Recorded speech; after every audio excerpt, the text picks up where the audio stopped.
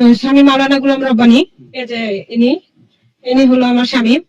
সে একটা মাওলানা, বড় বড় বক্তৃতা দেয়, সে বড় বড় মাহফিলে বোঝায়, সে বলে যে স্ত্রীকে এমন ভাবে ভালোবাসবো কিন্তু সে নিজেই আমাকে সেই মর্যাদাটা দেয় নাই, আজ পর্যন্ত দিচ্ছে না।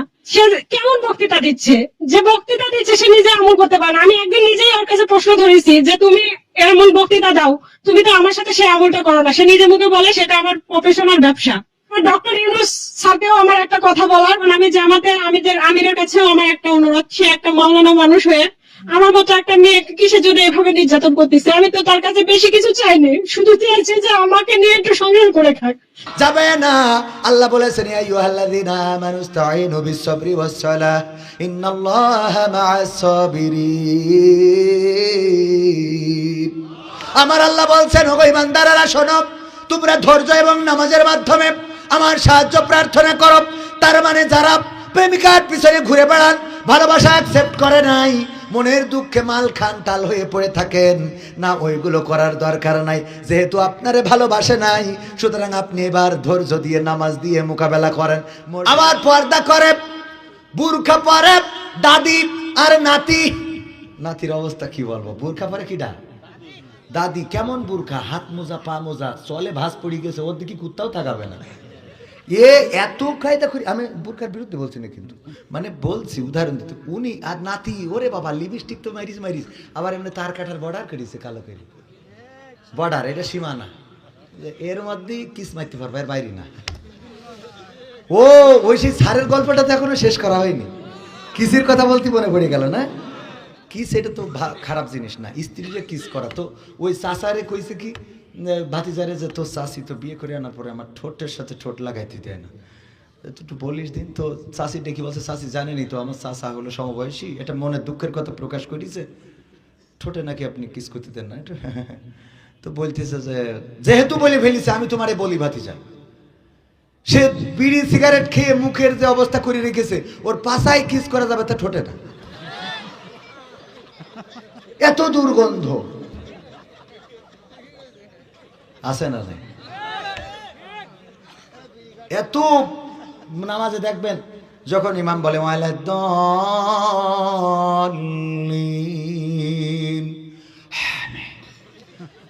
এই যে আমিন বলল, আহা মাঝে মাঝে এত কষ্টে পড়ে যায়। আমি তো আমার মনে হয় ফেরেশতারা খাতা কলম থেকে চলে যায়, যা আপাতত তুই নামাজ পড়ি নে, পরে এসে লিখবো।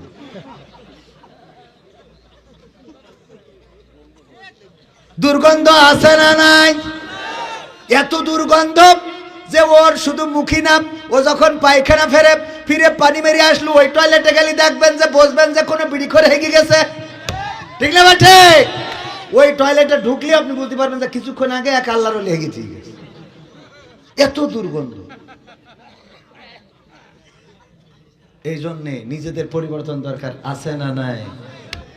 তাহলে বৃদ্ধদের কাজ দিলাম একটা, যুবকদের কাজ কয়টা? কয়টা? 5টা। 1 নম্বরে নামাজ কাজা করা যাবে যাবে না। আল্লাহ বলেছেন ইয়া আইয়ুহাল্লাযীনা আমানু ইসতাঈনু বিস-সাবরি ওয়াস-সালাহ ইন্নাল্লাহা মা'আস-সাবিরিন। আমার আল্লাহ বলছেন, ওগো ঈমানদারেরা শোনো, তোমরা ধৈর্য এবং নামাজের মাধ্যমে আমার সাহায্য প্রার্থনা করো। তার মানে যারা প্রেমিকার পিছনে ঘুরে বেড়ান, ভালোবাসা অ্যাকসেপ্ট করে নাই, মনের দুঃখে মাল খান টাল হয়ে পড়ে থাকেন না, ওইগুলো করার দরকার নাই। যেহেতু আপনারে ভালোবাসে নাই, সুতরাং আপনি এবার ধৈর্য দিয়ে নামাজ দিয়ে মোকাবেলা করেন। মসজিদে ঢুকে যান, আল্লাহর কাছে সাহায্য চান, আল্লাহ আপনার এমন একজন দান করে দেবে যে একদিন অথবা আপনাকে এমন জায়গায় নিয়ে যাবে যে একদিন দেখবেন যে আপনি যেই জায়গায় পৌঁছাইয়েছেন, এটা দেখার পরে যারে আই লাভ ইউ বলেছিলেন ফেরত দিয়েছিল, ওই মেয়েটা একদিন কষ্ট পাবে। আহারে, ওই দিন যদি ওর আই লাভ ইউ টু বলে দিতাম, তাইলে তো দুইজনের টু একসাথে থাকতাম, ঠিক না বেটে? কথা কি বোঝা গেছে? সাহায্য চাইতে হবে কার কাছে? বিপদে পড়েছেন স্যার, ডাকবেন কাকে? আল্লাহকে। মুসিবতে ডাকবেন কাকে? নামাজ পড়বেন, আল্লাহ সহজ করে দিবেন চলার পথ। 2 নম্বর কাজ হলো দাড়িটা কাটা যাবে না, দাড়িটারে সংরক্ষণ করতে হবে। 3 নম্বর কাজ হলো টাকনুর উপরে কাপড় পরতে হবে, টাকনুর নিচে কাপড় পরা যাবে। আর 4 নম্বর কাজ হলো সৎ কাজের আদেশ। 5 নম্বর কাজ আপনারা বলেন কি হবে? অসৎ কাজে এই 5টা কাজ আমার যুবকদের জন্য মনে কি থাকবে? আল্লামা সাইদির নিয়ে একটা সঙ্গীত শোনানো রিকোয়েস্ট করেছিল, শোনাবো? করা জামান তামানিরা করবে কি? ওর নাতি আর একজনের সাথে গিয়ার মারতেছে 14 তারিখে। আমি যেয়ে যখন বললাম প্রিন্সিপাল সাহেব আপনার নাতি দেখলাম আর একজনের সাথে, ও বাপু আমাকে সময় তো গিয়ার মারা ছিল না, এখন হইয়াছে, ও টুক তো করবে। ঠিক না বে ঠিক? এখন হয়েছে, বলে না বলে না? বাদ দাও, ছেলে হইলে এক মানুষ এটুক না করলে হয়। আরে শোনা পাখি, ঠিক না বে ঠিক? টেকনাফ থেকে তেতুলিয়া, রূপসা থেকে পাতুরিয়া, একটি নামে সবাই যাকে চেনে। 1-2 জন নয়, 1.5 শতাধিক মানুষ জীবন দিল শুধু যারি প্রেমে। টেকনাফ থেকে তেতুলিয়া, রূপসা থেকে পাতুরিয়া, একটি নামে সবাই যাকে চেনে। 1-2 জন নয়, 1.5 শতাধিক মানুষ জীবন দিল শুধু যারি প্রেমে।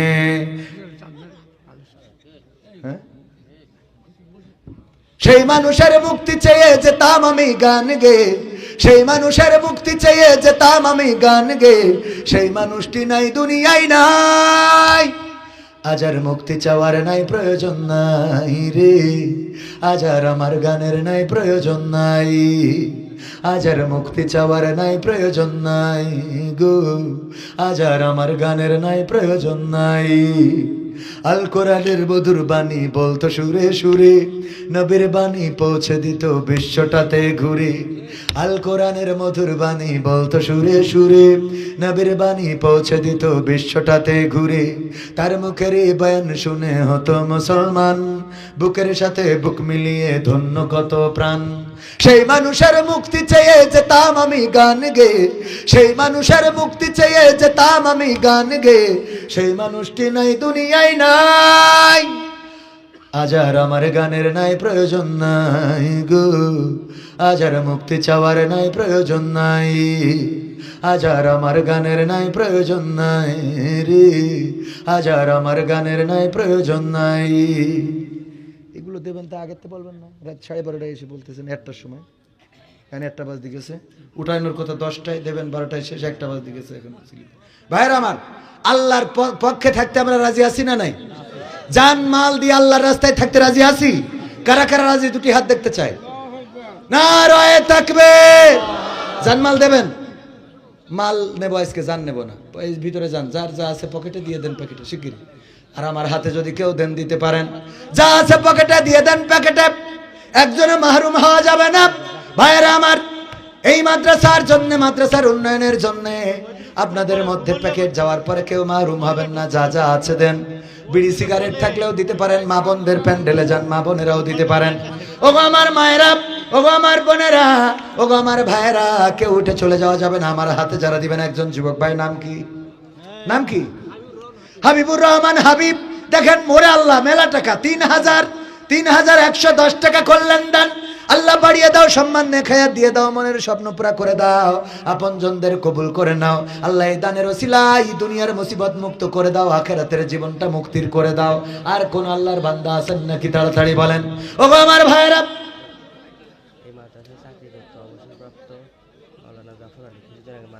মাওলানা জাফর আলী দাদা, আমাদের ছোট ভাইয়ের দাদা, এই মাদ্রাসায় চাকরি করতে অবসরপ্রাপ্ত, মারা গেছে। 1000 টাকা দান করলো। আল্লাহ দানকে কবুল করো, আল্লাহ মনের নেক মাকসাদ পুরা করো, আল্লাহ কবরকে জান্নাতের বাগান বানাইয়া দাও। আর কেউ যদি দিতে চান ইট রড সিমেন্ট বালু, এই কেউ না দিয়ে যাবেন না। আমাদের রুমাল গিয়েছে। এই রাত 1টার সময় টাকা চাইলে আপনারা থাকবেন না, এটা ভালো করে জানি।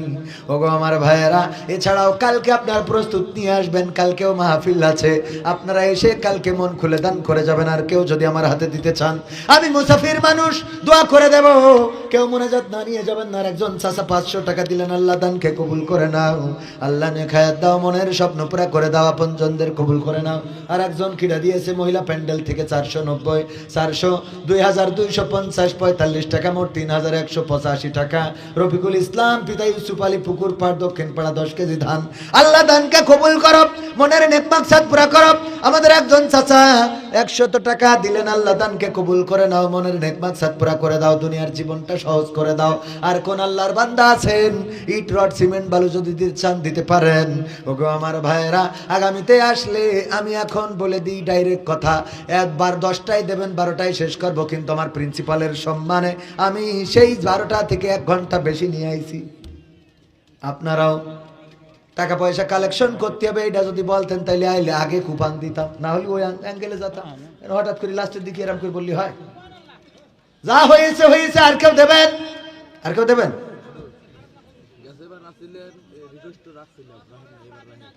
গেছে বার আসিলাম,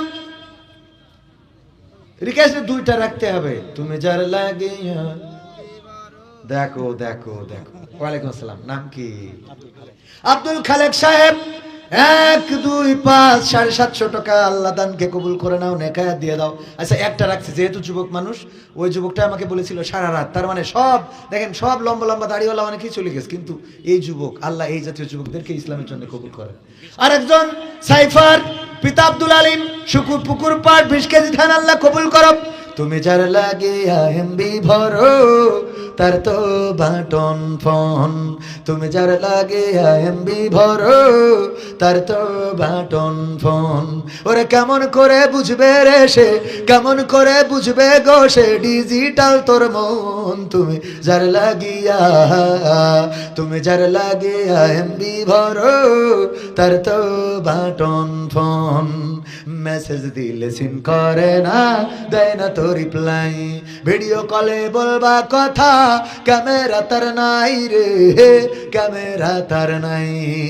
মেসেজ দিলে সিন করে না, দেয় না তো রিপ্লাই, ভিডিও কলে বলবা কথা, ক্যামেরা তার নাই রে, ক্যামেরা তার নাই।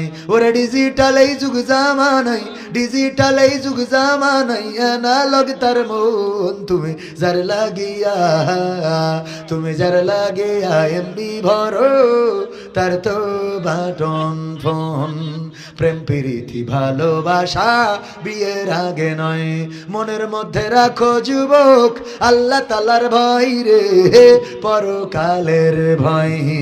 প্রেম প্রীতি ভালোবাসা বিয়ের আগে নয়, মনের মধ্যে রাখো যুবক, আল্লাহ তাআলার ভয় রে, পরকালের ভয়। ওরে তবেই তুমি মুক্তি পাবা, তবেই তুমি মুক্তি পাবা দোজখের আগুন। তুমি যার লাগিয়া, তুমি যার লাগিয়া এমবি ভরো, তার তো বাটন ফোন। আমার লেখা গানের বই আছে, আপনারা সংগ্রহ করতে চাইলে করতে পারেন।